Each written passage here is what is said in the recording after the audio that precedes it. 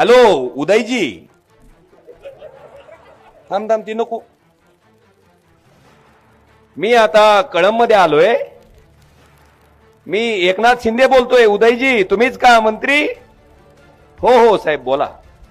मी आता कळंबमध्ये आलोय आणि कळंबच्या लोकांची एक समस्या आहे. इथलं एक हलगड दूध देत नाही.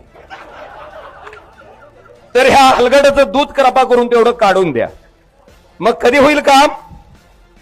लगेच मंत्र्यांनी सांगायचं. काय काळजी करू नका साहेब, एक चरवी भरून दूध मी 2 दिवसात आणून देतो कळंबला.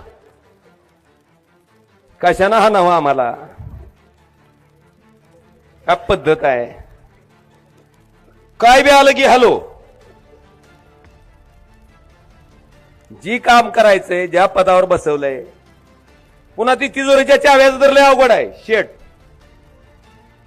एक म्हणी, माझ्या माणसाला काट मारली तर तुमच्या निधीला तुझ्या बापाच्या घरचा आहे. निधी कुणाचा आहे?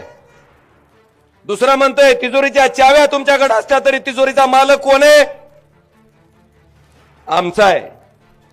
तिसरं म्हणतोय चाव्या तुमच्याकडे असला, मालक तुमच्याकडे असला तरी मधला माल आमचा आहे.